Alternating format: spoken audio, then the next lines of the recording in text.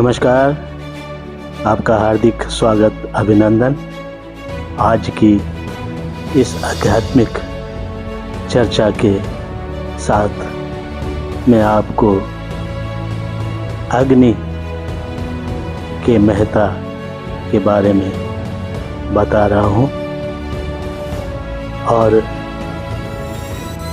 सबसे पहले इन पंच तत्वों में मैं अग्नि की बात इस शरीर से ही करता हूँ। ओम अग्निबंधे नमः। अग्नि क्या है?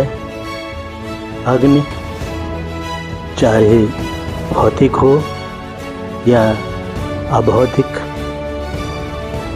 उसमें जीवन संभव है। आध्यात्मिक और वैज्ञानिक दृष्टिकोण से हवन यज्ञ की परंपरा तो पौराणिक काल से ही आज तक चली आ रही है। आह्वान क्या है? आह्वान यानी यज्ञ आदि में देवता गणों को बुलाना अथवा उनको बुलावा भेजना या भेजने का संदेश देना। इंद्र, अग्नि, वायु और सूर्य को देवता कहा गया है और ब्रह्मा, विष्णु, महेश को परमात्मा या परब्रह्म कहा गया है। अग्नि देवता को दो मुंह वाले देवता स्वरूप में विराजमान किया गया है और मान्यताओं में दर्शाया गया है कि पंच तत्वों में दीपक यानी कि दिया को अग्नि तत्व मानकर प्रज्वलित किया जाता रहा है। अग्नि सूक्त ऋग्वेद के प्रथम मंडल का प्रथम सूक्त है और ऋग्वेद के वेदारंभ में सुविख्यात ऋषि मधुछंदा ने ही सर्वप्रथम अग्निदेव की स्तुति से प्रारंभ किया। इस बात का भी प्रमाण देती है कि यह अग्नि अज्ञान और सभी भ्रमों को दूर कर देती है और अज्ञानता को नष्ट कर देती है। अग्निमीले पुरोहितम यज्ञश्च देव मृत्युजम होतार रत्नधातम।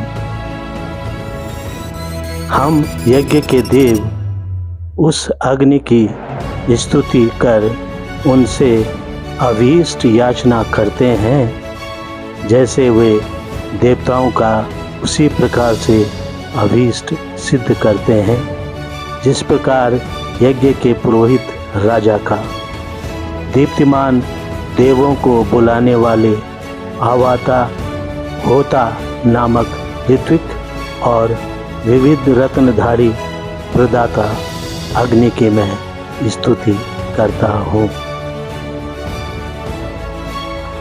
आध्यात्मिक भाव के साथ मनुष्य को ही जीवन जीने और अपने जीवन को बदलने की शक्ति प्राप्त है। आत्मा ही तो चरम अग्नि है, वही तो स्वयं प्रकाशमय है। प्राचीन काल वाला युग अनुभवों वाला युग था, वर्तमान भौतिकवाद का युग है। मान्यताओं में है कि प्राचीन काल में केवल वैदिक मंत्रों को ही पढ़ा जाता था। वैदिक संस्कृति में यज्ञ विधान को मूल तत्व माना गया है। अग्नि का एक रूप जीवन दाता है और दूसरे रूप में जीवन भक्षक, यानी जब तक शरीर के भीतर अग्नि है तब तक ही जीवन है। निष्काम भाव का कर्म हो तो आत्मबोध का ज्ञान मिले। जन्म, जरा, व्याधि, मृत्यु की निवृत्ति धन संचय से नहीं होती है। दीर्घतमा जन्मांध ऋषि ने चिरकाल तक अग्नि नारायण की उपासना की और लौकिक दृष्टि को प्राप्त की थी।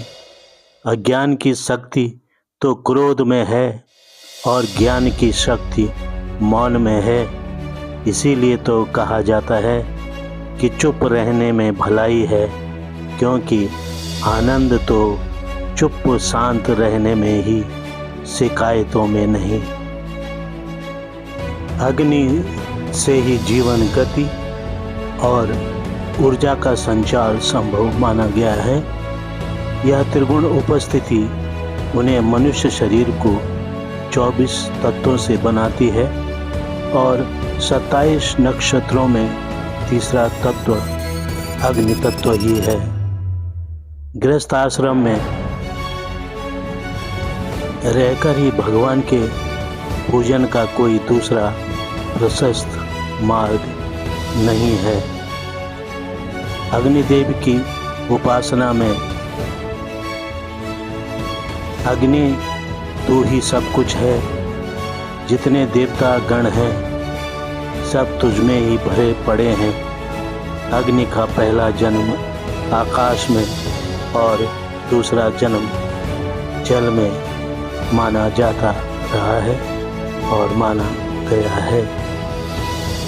आत्मा परमात्मा के पूर्ण ज्ञान की तुलना ईश्वर की मुखाग्नि से ही होती है। समस्त पाप किए फलों को अग्नि भस्मसात कर देती है। वैदिक संस्कृति में 3 अग्नियाँ, जिसमें जठराग्नि, चिताग्नि और भूताग्नि यही प्रमुख मानी गई हैं और इनसे परे सर्वाग्नि नाम से जानी जाती रही है। अग्निहोत्र जीवन के बंधन का साक्षी माना गया है। अग्निहोत्र के बिना अग्नि के सृष्टि का पालन और संहार दोनों नहीं हो सकते हैं। भगवान शिव के त्रिनेत्र, बायां नेत्र सूर्य, दायां नेत्र चंद्रमा और तीसरी नेत्राग्नि अस्तित्व के ज्ञान का सार है। यज्ञ अग्नि यज्ञ से कई देव देवताओं जैसे देव इंद्र, अग्नि, सोम और वरुण की घी, दूध, दही से, जौ, तिल इत्यादि से ही आहुति दी जाती थी। अग्नि का अन्य स्वरूप पर्जन्य अग्नि भी है। यह पर्जन्य रूप अग्नि वायु से प्रकट हुई। वायु से ही जीवन संभव हो सकता है।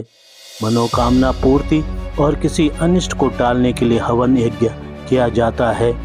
देवता विशेष को दी जाने वाली आहुति को हवन तथा देवता को हवि पहुंचाने की प्रक्रिया को यज्ञ कहा गया है। यज्ञ वह पूजा है जिसका लाभ संसार के हर एक प्राणी को मिलता है। यही तो श्रेष्ठतम कर्म है। कहा भी जाता है कि यदि कोई एक दिन भी अग्नि उपासना करता है, उसे 100 दिन का स्वर्ग का सुख अग्नि नारायण प्राप्त कराते हैं।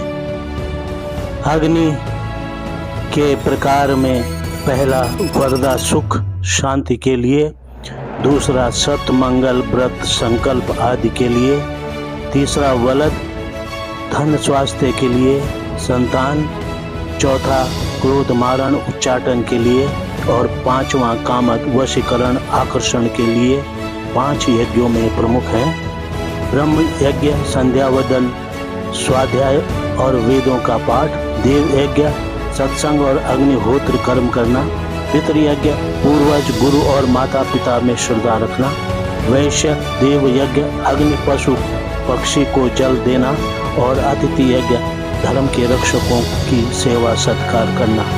16 संस्कारों में अग्नि संस्कार आत्मा को मुक्त करने और उसे मोक्ष की ओर ले जाने में मदद मिलती है।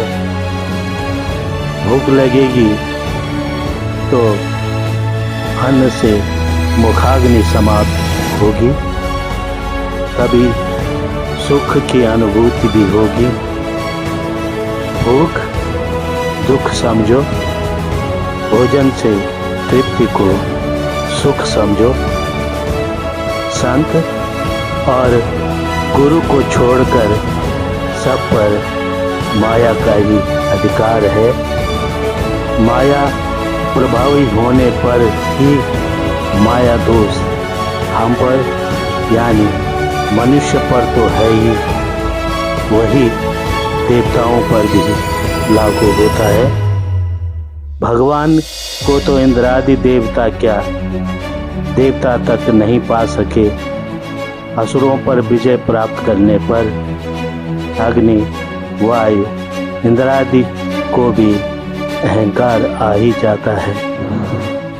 ज्ञान और आचरण में भेद होता है। आचरण ज्ञानी और अज्ञानी दोनों में ही होता है। दुखों से बचने का उपाय है दुखों की पूर्व निवृत्ति तथा परमानंद की ओर जाना ही परम पुरुषार्थ कहा गया। जैसे कि भगवान पुरुषोत्तम श्री राम। वेद संक्षेप में मनुष्य को अच्छे बुरे दुख सुख का भेद बताते हैं। यही परम वैदिक सार है। अर्थात संतोषी जीवन सबसे बड़ा सुख है, अज्ञानी जीवन सबसे बड़ा दुख है और त्याग वाला जीवन सबसे बड़ा धन है।